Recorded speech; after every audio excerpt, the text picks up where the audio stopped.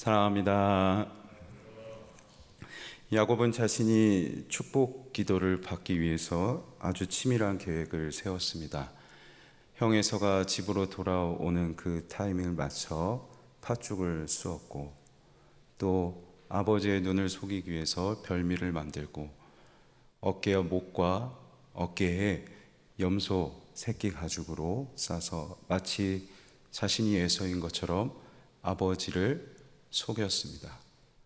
야곱의 인생을 보면 야곱이라는 사람은 딱 이런 사람으로 정의할 수 있을 것 같아요. 내가 원하는 것을 이루기 위해서 형도, 그리고 부모도, 사람도 상황도 얼마든지 통제하려고 하는 사람, 내 것을 쟁취하기 위해서 통제하려고 하는 사람, 이것이 야곱의 모습이라 할 수 있을 것 같습니다. 그런데 이 모습은 야곱의 모습만은 아니었을 겁니다. 아비 이삭은 에서를 더 사랑했고, 어미 리브가는 조용한 야곱을 더 사랑했죠. 그래서 각자가 더 사랑하는 자녀에게 축복 기도를 해주길 원했습니다. 이삭은 에서에게 유리했던 별미를 요구했고, 그리고 리브가는 그 별미를 야곱을 위해서 대신 마련해 주었습니다. 내가 원하는 대로, 내가 사랑하는 자녀가 축복받기 위해서 부모인 리브가도 이삭도 상황을 통제하려고 하는, 온 가정이 통제해요. 통제하려 하니 가정이 깨지게 됩니다. 그래서 옛 속담에 쥐어짜려 하면 배설물이 나온다. 쥐어짜려고, 통제하려 하니 그 가정에 남는 것은 배설물과 같은 가정의 깨어짐만이 결과로 남았던 것이죠. 에서를 피해 야곱이 도망합니다. 그러는 중 그가 한 곳에 이르러 유숙하게 되는데, 그 야곱에게 남은 것은 칠흑 같은 어두움과 그리고 그저 베고 잘 만한 돌 하나였습니다. 칠흑 같은 어두움을 야곱이 어떻게 바꿀 수 있겠습니까? 돌 하나밖에 없는 그의 상황을 그가 어떻게 통제하고 바꿀 수 있겠어요? 스스로 통제해서, 스스로 쟁취해서 복을 받으려 했던 그 야곱에게 남은 것은 아무것도 통제할 수 없는 어두움과 돌 하나뿐인 상황이었습니다. 아무것도 통제할 수 없는 그 상황, 쟁취하려 했지만 아무것도 남지 않은, 아무것도 할 수 없는, 어쩌면 가장 의미 없는 인생.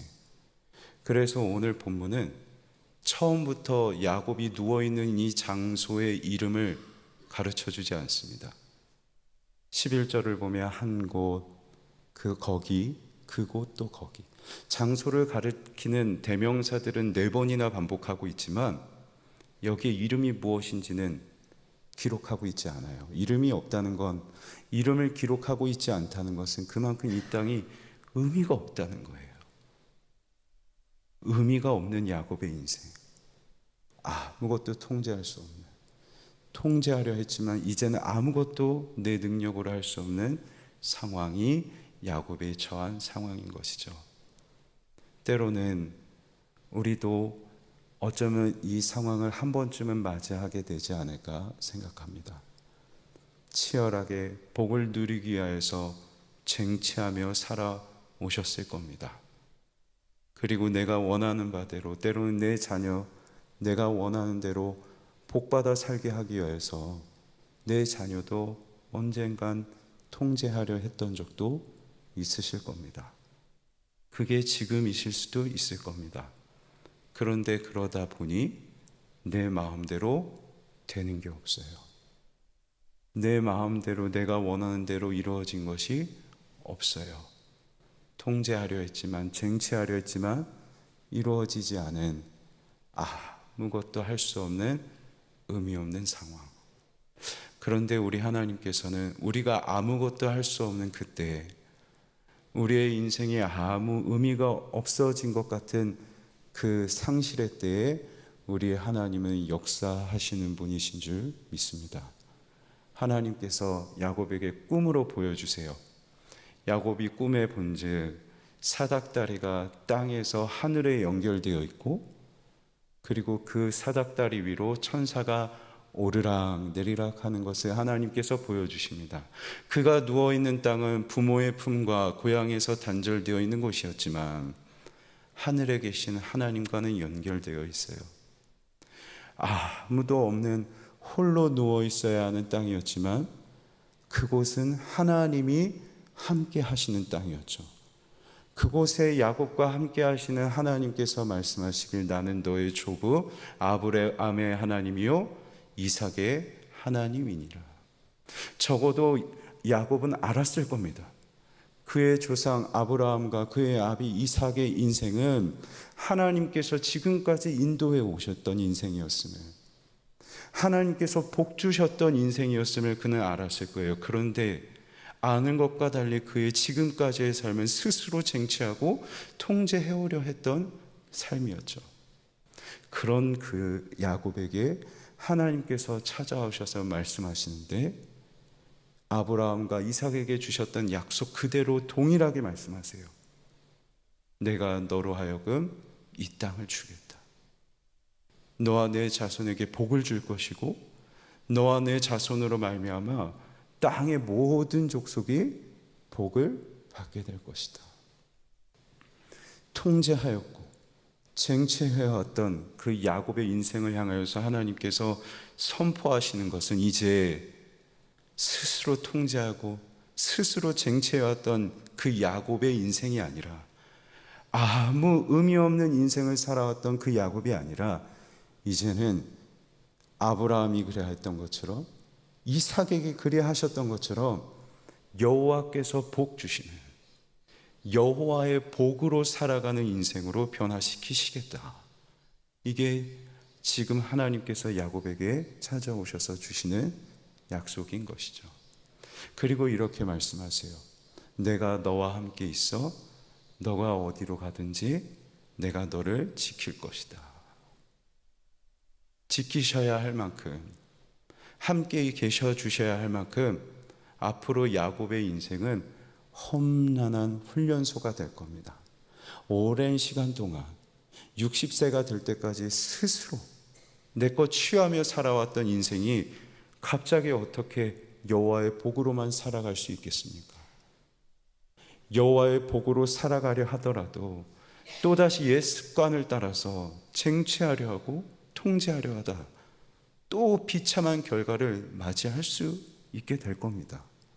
하지만 그런 야곱을 향해서 하나님께서 말씀하시기를 너가 이 땅으로 돌아올 때까지 내가 너와 함께 있을 것이다. 포기하지 않으세요. 하나님께서 이 땅에 돌아와서 허락하실 때까지, 내가 너에게 허락한 것을 다 이룰 때까지 너와 함께 있을 것이다 말씀하시는데, 하나님께서 야곱에게 허락하신 것이 무엇이에요? 너가 이제 여호와께서 주시는 복으로 살아가는 인생 되게 하겠다. 이게 하나님께서 야곱에게 하신 허락이에요. 그 허락하신 바를 다 이루실 때까지 포기하지 않으시겠다. 여호와께서 주시는 복으로 살아갈 때까지 결코 포기하지 않으시겠다. 하나님께서 약속하시는 것이죠. 사랑하는 성도 여러분, 때로는 내 것, 내가 쟁취하고 자녀도 상황도 통제하려 하는 우리의 인생이지만 그런 우리를 하나님은 오직 여호와께서 주시는 복으로만 살아가는 가장 의미 있는 인생으로 변화시키시는 줄 믿습니다. 이 일에 결코 포기하지 않으시는 하나님이신 줄 믿습니다. 그래서 성도의 인생, 성도가 살아갈 수 있는 가장 의미 있는 인생은 하나님과 함께 살아가는 인생, 여호와께서 주시는 복으로 살아가는 인생, 그 아름다운 인생을 살아가는 저와 여러분이 되면 좋겠습니다. 말씀을 맺겠습니다. 하나님께서는 우리 인생의 가장 의미 없는 그때에 역사하십니다. 하나님 없이 스스로 쟁취하며 살아가는 우리 인생을 하나님으로만, 하나님께서 주시는 복으로만 살아가는 인생으로 바꾸십니다. 이 일에 포기하지 않으십니다. 바라기는 이를 믿음으로 기꺼이 이 길에 우리 자신을 내어드리는 저와 여러분 되면 좋겠습니다. 그래서 결국엔 우리 각자의 삶이, 그리고 우리 가정이 하나님의 복으로 살아가는, 그래서 우리의 입술로 우리 가정의 이름이 베델입니다. 하나님 집입니다 라고 고백할 수 있는 은혜가 있길 주님의 이름으로 간절히 소망합니다.